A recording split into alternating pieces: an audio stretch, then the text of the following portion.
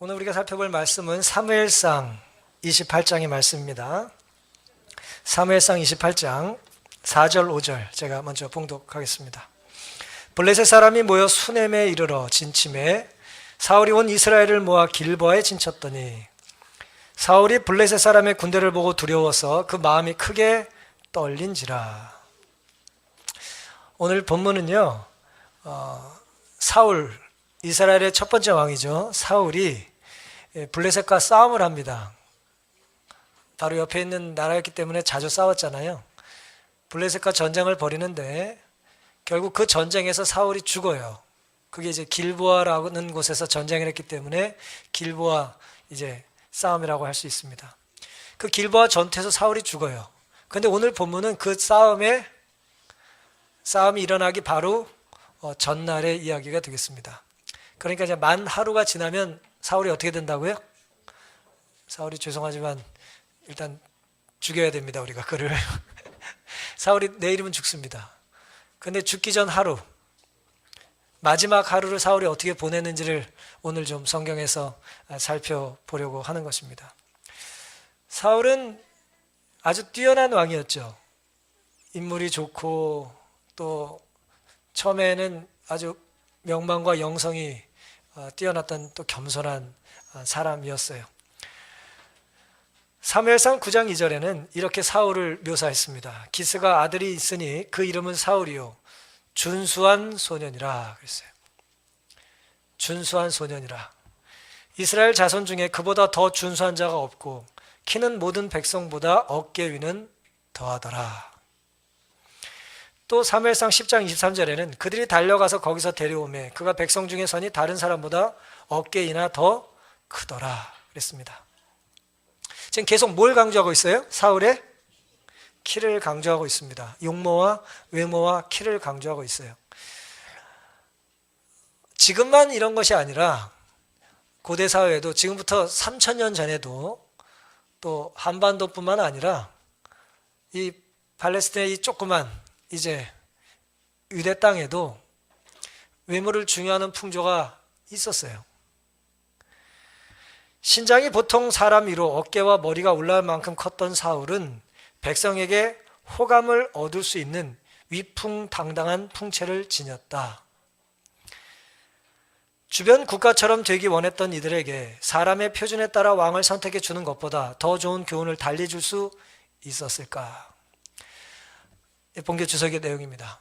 하나님께서는 이스라엘 백성들에게 사무엘을 통해서 왕을 주시겠다고 하셨어요? 주기를 원하지 않으셨어요?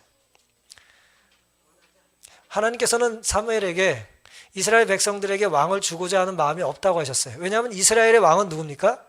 하나님이시기 때문에 직접 하나님께서 통치를 신정정치하기를 원하셨는데 계속해서 사람들이 사무엘에게 누굴 요구해요? 우리에게도 왕을 달라고 그랬어요. 옆나라 왕들처럼 우리에게도 왕을 좀 달라고. 그 왕들 아주 얼굴도 멋있고 키도 크고 아주 그냥 기운도 좋고 말이에요. 그런 왕과 함께 전쟁하면 뭐 할 것 같아요? 이길 것 같아요. 계속 왕을 달라는 거예요. 그래서 하나님께서 사무엘을 통해서 이스라엘 백성들이 계속 왕을 달라고 하니까 결국 어떻게 하셨습니까? 결국 왕을 허락해 주셨어요. 그러면서 그들이 너를 버린 게 아니고 나를 버렸다 그렇게 말씀하셨어요. 그래서 왕을 이제 허락해 주십니다. 근데 그들이 원하는 왕은 어떤 왕이었어요? 사울 같은 왕이었어요. 외모가 아주 그냥 출중하고 키가 이렇게 크고 이렇게 누가 봤을 때 뭐예요? 우리 왕입니다라고 소개할 만한 그런 사람. 어디 길 가다 보면 뭐예요? 막 아는 척하고 싶은 사람. 근데 길 가다가 만나면 돌이키지 마세요 저보고. 그런 왕은 아니었다 이거예요. 다시 말씀드리면 주석에서 이야기하고 있는 것처럼 본교 주석에서 주변 국가처럼 되기 원했던 이들에게 사람의 표준에 따라 왕을 선택해 주는 것보다 더 좋은 교훈을 달리 줄 수 있었을까? 너희들이 원하는 왕을 줄 테이니 결국에 어떻게 되는지 뭐라는 거예요? 맛보라는 거예요. 그들이 원했던 요구 조건에 적합한 사람이었어요. 하지만 그는 초기 신실함을 상실하고 누구만 잡으려고 쫓아다녀요? 하나님이 기름 부으신 다윗만 잡으려고 쫓아다니는 거예요. 블레셋이 원수인데 블레셋을 공격할 군사력을 정비하거나 똑바로 정치하는 데는 관심이 없고 그저 그냥 다윗만 제거하면 자기가 천년만년 왕을 할 것처럼 생각을 했던 것입니다. 왕으로나 신앙인으로서의 중심을 잃게 된 것이죠. 말씀드린 것처럼 오늘 이 본문은 사울이 죽기 얼마 전이요? 하루 전. 두려운 날이죠. 마지막 하루. 마지막 하루의 모습을 통해서 하나님께서 주고자 원하시는 것이 무엇인지를 살펴보겠습니다. 사무엘상 28장 6절에는 이런 말씀이 기록되어 있습니다. 사울이 여호와께 묻자오되 여호와께서 꿈으로도 우림으로도 선지자로도 그에게 뭐하지 아니하셔요? 대답지 아니하심으로 그랬어요. 사울이 죽기 죽기 하루 전날 하나님께 뭐 했어요? 물었어요. 다시 말씀드리면 기도했습니다. 옛날 말로 이제 신탁이라고 보통 많이 말하잖아요. 신의 뜻을 간구했어요. 근데 하나님께서 뭐 하셨다고요? 반응을 안 하세요. 반응을. 여러분 지금 전화기 다 있으시죠? 여러분 저한테 뭘 물었어요. 오늘 저녁에 시간 있으세요? 저한테 문자를 보냈는데 읽고 답이 없어. 그럼 기분이 어때요? 다음 주 교회 나오기 싫어요. 네. 문자를 보냈는데 답이 없어요. 근데 문자는 솔직히 뭐 할 수 있어요? 변명할 수 있어요. 미처 못 봤다고. 근데 또 요즘 기술이 좋아져가지고 읽었는지 안 읽었는지도 알아. 여러분 하나님께서 사울이 하나님께 물은 여쭌 아뢰ን 간구를 들으셨을까요? 못 들으셨을까요? 근데 왜 대답을 안 하셨어요?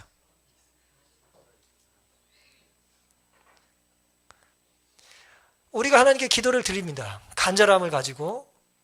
근데 사울은 무슨 기도를 드렸을까요? 지금 상황이 어떤 상황이에요? 지금 상황이 블레셋이 지금 어디 있어요? 아주 가까이에 있습니다. 블레셋이 가까이에 있고 지금 사울은 블레셋 군대를 맞이하기 위해서 이제 기브아에 진을 치고 있는 것이죠. 눈앞에 수넴이 있고 길보아에 이스라엘 사람이 있는 거예요. 마주보고 있어요. 블레셋이 뭐 하려고 그래 지금? 시차를 딱 보니까 언제 올 것 같아요? 내일 올 것 같아요. 옛날엔 다 정해져 있어요. 옮기는 거 보고 군수물자 나르는 거 보고 딱 보면 이제 내일이군. 그러니까 그 전날 뭐예요 지금? 큰일 난 거예요. 하나님께 간구했어요. 무슨 간구를 드렸겠어요? 여러분이 사울이라면 이 전쟁이 누가 이기겠습니까? 라고 물은 거예요. 이 전쟁이 어떻게 될 거냐고 물은 것입니다. 근데 하나님이 대꾸를 안 하세요. 그럼 더 불안해지죠? 근데 흥미롭게도 역대상 10장에 보면은 사울의 마지막 날, 그 다음 날의 사울의 죽음에 대한 평가를 이렇게 하고 있습니다. 역대상 10장 13절, 14절. 사울의 죽은 것은 14절. 여호와께 묻지 아니하였으므로 여호와께서 저를 죽이시고 그랬어요. 그러니까 역대상이라고 하는 성경에는 사울이 하나님께 뭐 하지 않았다고요? 묻지 않았다고 기록하고 사무엘상에는 여호와께 물었는데 대답이 없다고 그랬어요. 성경을 읽다 보면 가끔 이렇게 모순된 것 같은 기록들이 있나요?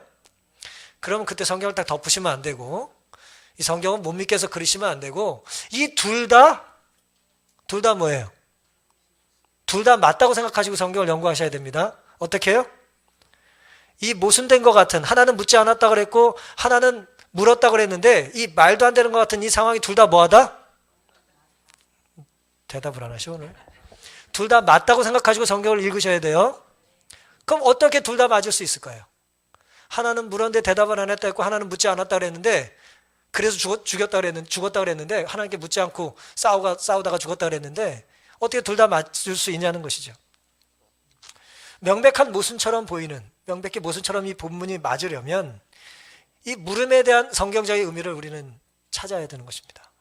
둘 다 맞는다는 건 이거죠. 사울은 분명히 뭐 했어요? 전쟁이 어떻게 될지 물은 건 사실이에요. 그건 맞는 거예요. 그런데 또 모두 사실이에요? 대답을 하나님이 안 하신 것도 사실이에요. 그런데 왜 역대상에는 묻지 않았다고 썼을까? 이게 이제 우리가 풀어야 될 숙제입니다. 묻는다고 다 묻는 게 아닙니다. 듣지 않기를 원하면서 물을 때 있어요, 없어요? 내 말이 전달이 되지 않기를 원하면서 전할 때가 있죠?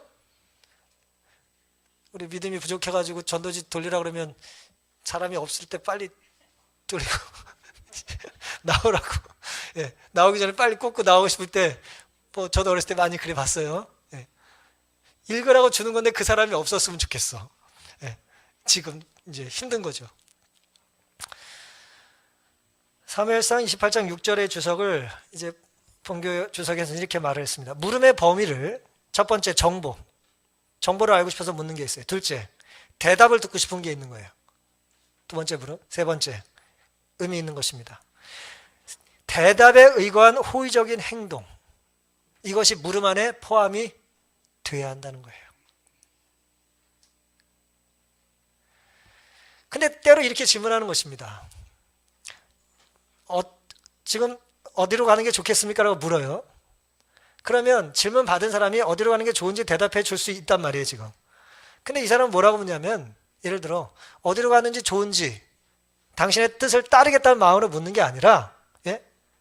내가 가고 싶은 길은 여기고 또 조언해 주려고 하는 길은 이쪽일 수 있는데 뭐라고 말하냐면, 이쪽의 장점을 보고 이쪽의 단점이 뭔지를 설명해 달라고. 판단은 누가 하겠다? 판단은 내가 할 테니까 일단 팩트만 알려줘라, 뭐 이렇게. 실컷 얘기했더니 들어요, 안 들어요? 그럼 뭐하러 묻습니까? 그럼 뭐하러 물어요? 따를 것도 아닌데. 예의가 없는 거죠, 그건. 네? 물을 필요가 없잖아요. 여기 아직 결혼 안 한 젊은 친구들 잘 들으시기 바랍니다, 특별히. 여러분이 결혼이나 진로나 신앙에 대한 여러 질문을 어른들에게 하실 때에는 여러분이 정말 간절한 마음으로 기도하며 여쭈었을 때 그 대답을 해주는 분이 성서적인 조언을 해준다면 뭐 해야 된다고요? 따를 마음이 없다면 묻지 마세요. 그건 참남한 행동입니다. 따르지도 않고 왜 묻습니까? 순종할 마음도 없는데 왜 물어요? 그건 뭐 하는 게 아니라, 그건 물은 게 아니에요. 하나님께 사울이 원했던 건 뭐냐? 승패가 어떻게 됩니까만 물은 거예요. 근데 사실 전쟁의 승패는 누구한테 달린 겁니까? 하나님께 달린 거예요. 그러니 사울은 전쟁의 승패를 묻지 말고 하나님을 붙잡았어야죠, 그 전날. 맞습니까? 근데 전쟁의 승리를 이끄실 수 있는 분이 하나님임에도 불구하고 하나님께 전쟁이 어떻게 될 겁니까? 결과가 어떻게 될 것 같습니까만 물은 거예요. 어리석은 것이죠. 그래서 하나님께서 대답을 하신 거예요. 침묵하셨어요. 하나님은 어떤 경우에 대답을 어떻게 하신다고요? 대답하지 않으심으로 대답하세요. 좀 어려우십니까? 잘 들으세요. 대답하지 않는 것이 대답이 될 때가 있을까요? 많아요. 많습니다. 우리 자녀들에게도 그럴 때가 얼마나 많습니까, 우리가? 아빠는 엄마는 그걸 원하지 않는다. 직접 말 안 하지만 무반응이 곧 거절일 때가 얼마나 많습니까? 근데 오늘 우리는 반응 없음이 긍정인 삶을 살아야 돼요. 하나님이 하라는 대로 할 때는 굳이 하나님 또 반응하실 필요가 없는 삶을 사셔야 되는 것입니다. 사울은 사실 하나님의 뜻을 이룰 자신이 아니라 자신의 욕망을 채워줄 신을 필요로 했을 뿐이에요. 그 순간.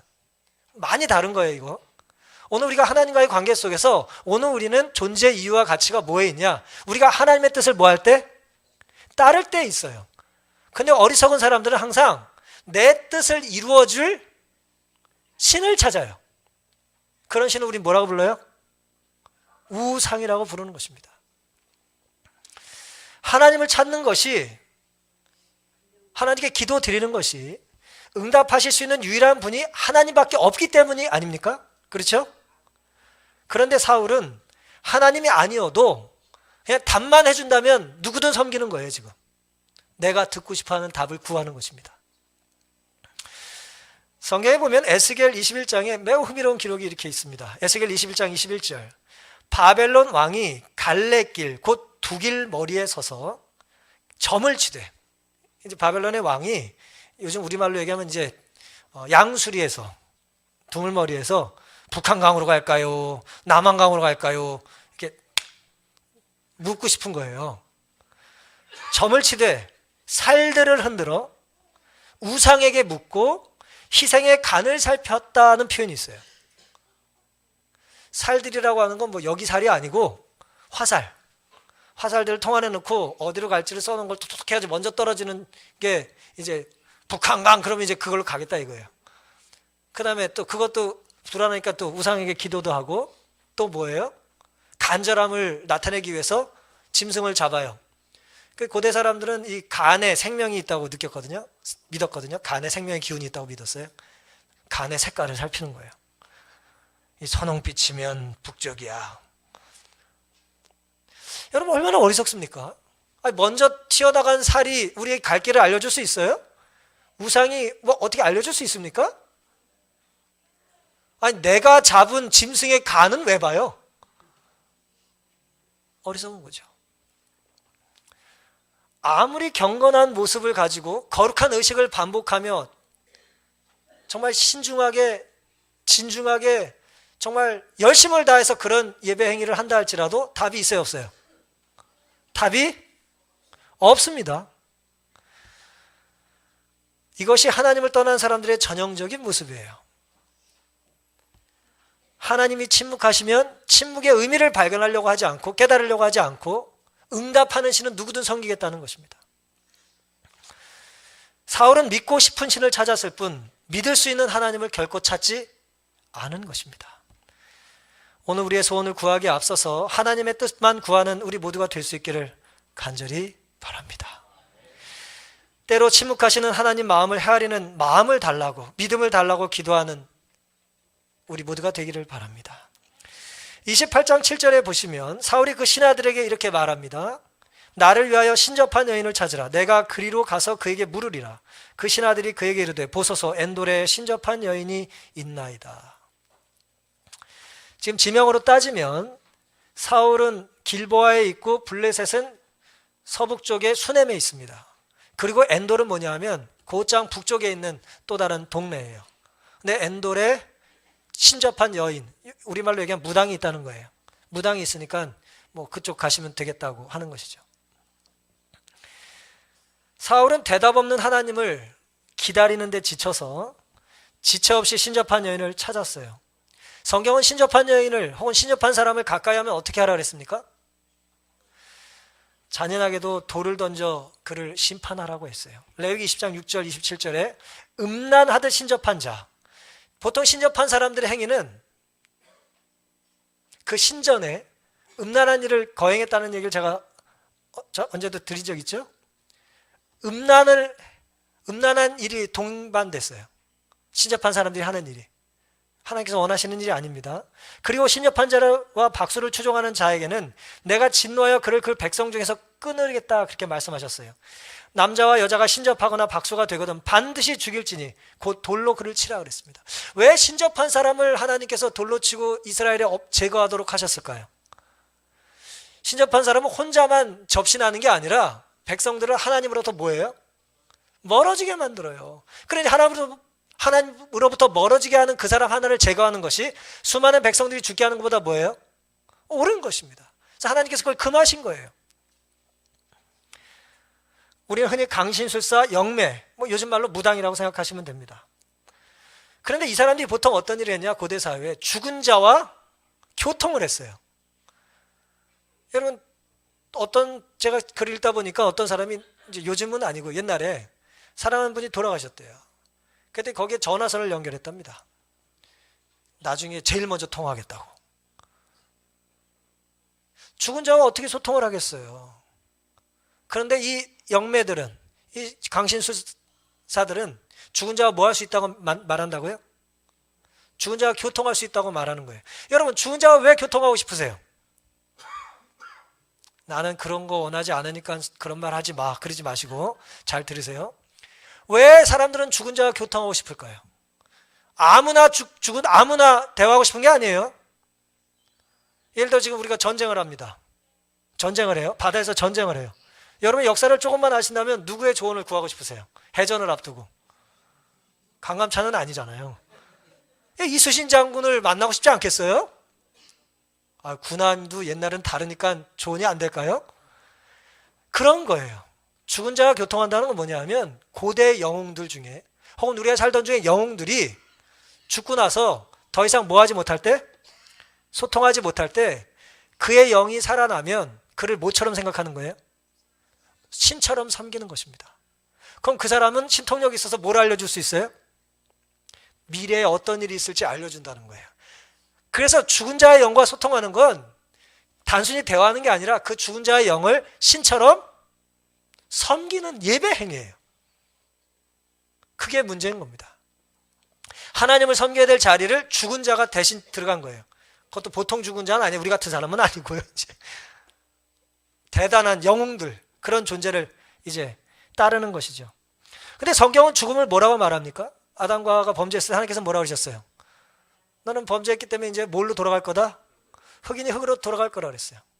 범죄한 직후 하나님은 죽음을 선언하셨고 죽음은 흙이라고 말씀하셨어요. 창세기 3장 19절, 이사야 8장 19절, 몇 달 전에 제가 본문 설교를 드린 내용인데, 혹이 너에게 구하기를 지절거리며 속살거리는 신접한 자와 마술사에게 물으라 하거든 백성이 자기 하나님께 구할 것이 아니냐, 산자를 위해 죽은 자에게 구하겠느냐 그랬어요. 백성들이 계속 죽은 자를 접해주는 사람들을 만나라고 말할 때 말도 되지 않는 소리 하지 말아라.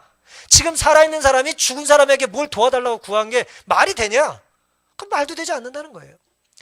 아니 그래도 모세 같은 사람, 엘리야 같은 사람이 나타나면 좋지 않겠습니까? 아니에요. 모세든 엘리야든 죽으면 끝이에요. 물론 모세야 뭐 하나님께서 무덤을 숨기시고 하셨습니다마는, 전도서 9장 5절 6절, 무릇 산 자는 죽을 줄을 알되 죽은 자는 뭐예요? 성경이 죽은 사람은 뭐 한다 그랬어요? 아무것도 모른다 그랬어요. 여러분 누가 꿈에 나타나가지고 뭐 죽었는데 그분이 나타나가지고 뭐 사라 그러면 사지 마세요. 아유 내가 그걸 못 사가지고 지금 이렇게 산다고 엉뚱한 소리 하지 마세요. 죽은 자는 뭐 한다? 하나님이 모르신다 하셨으니까 모르는 거예요. 근데 뭘 죽은 자가 뭐 저랑 남달랐어요. 그분은 그런 말 할 뿐이 아니에요. 맞아요. 그분은 살아있을 땐 그런 말 할 뿐은 아니죠. 그분의 영이 나타나서 얘기하는 건 그런데 하나님이 주시는 말씀이 아니에요. 시편 146편 4절, 그 호흡이 끊어지면 어디로 돌아가요? 흙으로 돌아가 당일에 그 도모가 소멸, 그가 세운 모든 계획은 다 사라질 거라는 거예요.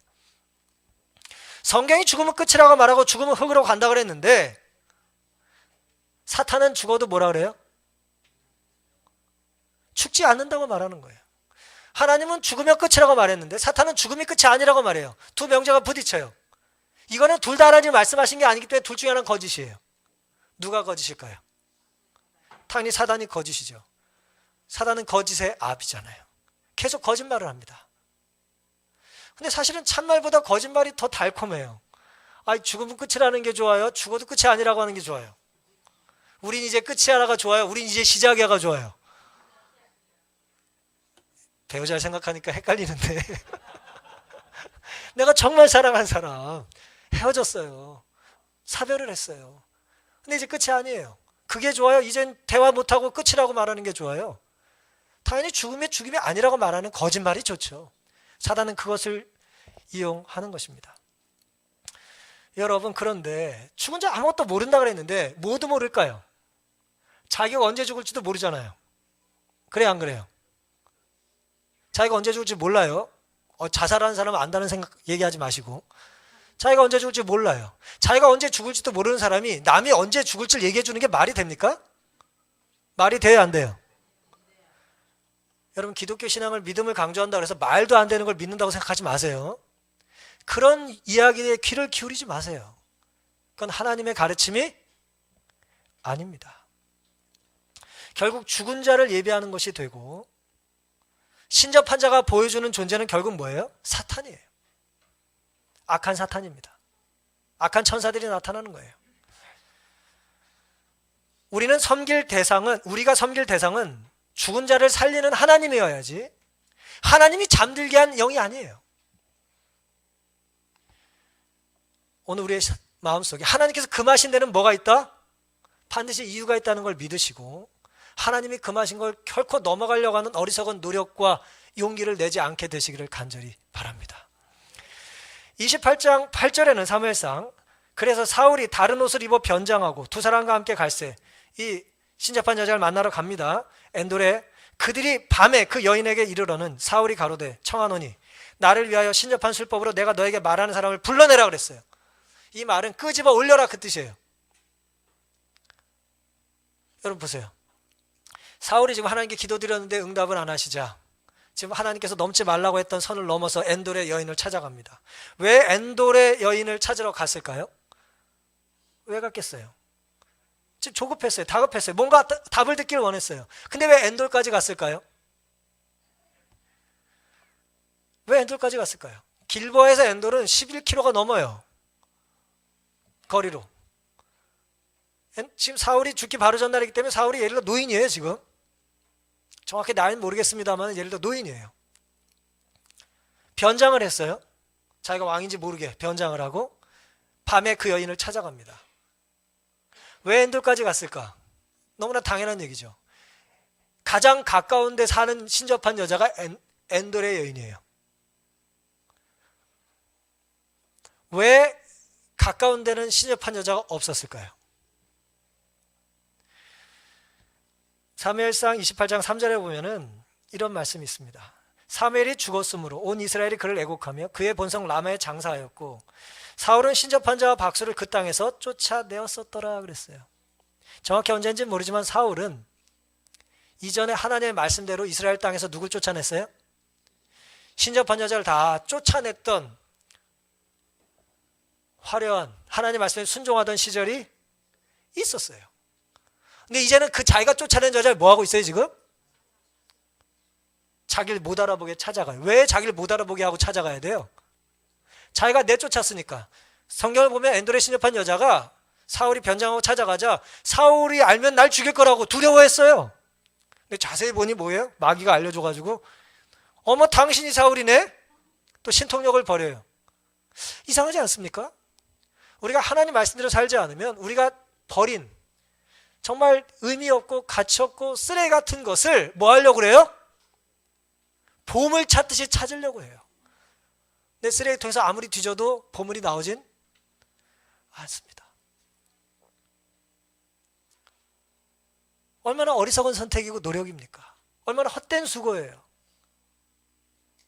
하나님이 버리라고 한 것을 왜 찾으려고 애를 쓰고 있냐 말이에요. 오늘 우리 안에 하나님이 계시지 않으면 우리는 필경, 어거스틴이 했던 말인데요. 사람은 빈 공간이 두 개가 있어요. 하나님으로 채우고 사람으로 채워야 되거든요. 근데 하나님으로 채워야 될 때를 다른 걸로 채울 수 없어요. 그러니 다른 잡신으로 채우는 것입니다.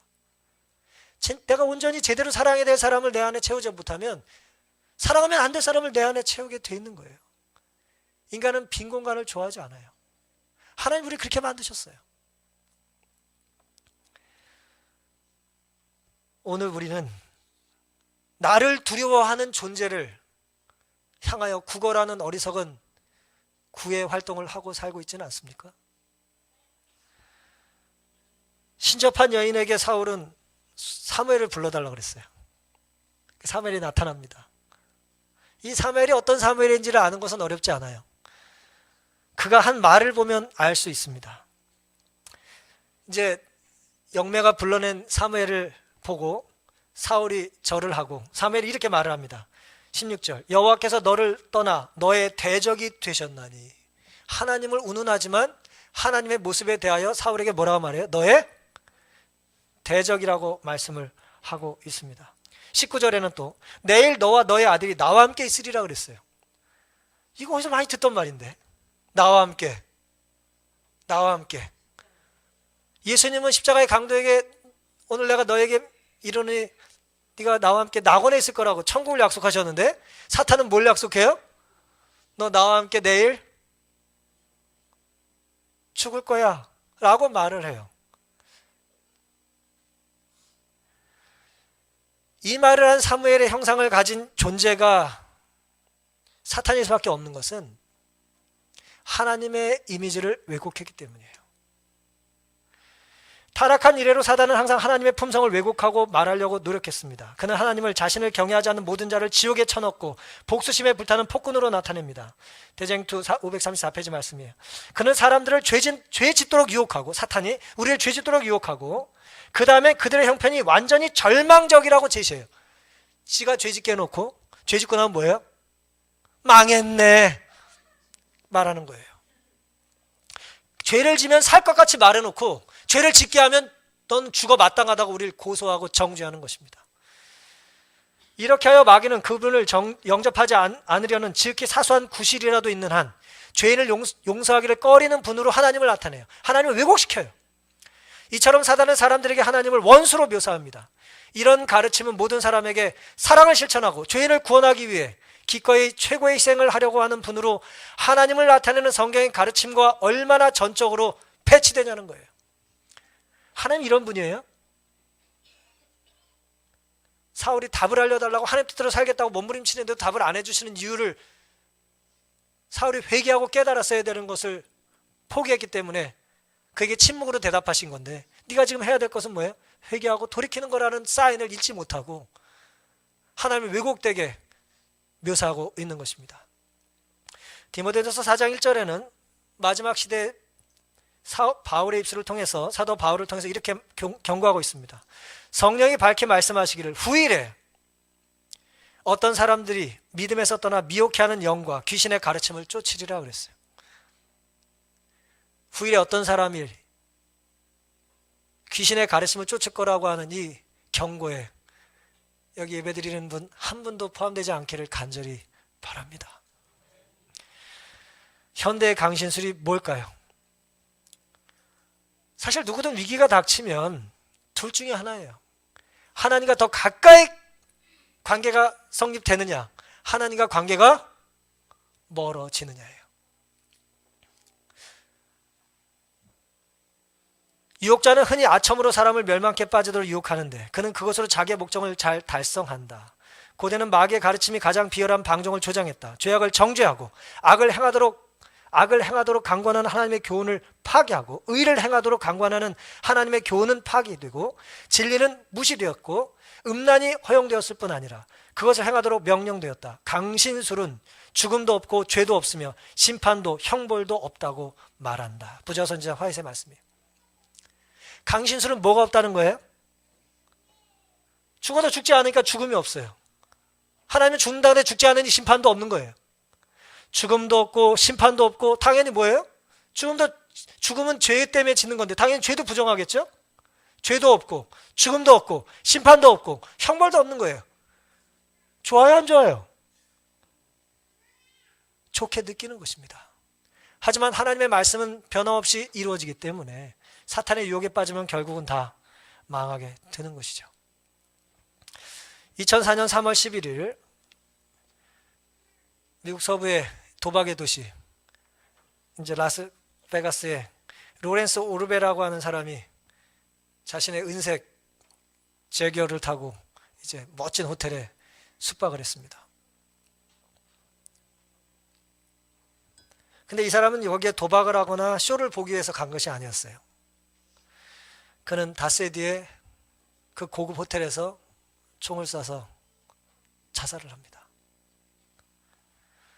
그 사람이 자살했을 때 그 사람의 전 부인이 이런 인터뷰를 했어요. 라스베가스는 로렌스가 제일 좋아하던 곳이었고 이곳에서 그는 왕 같은 대접을 받았고 그는 이곳을 사랑했어요 라고 말했어요.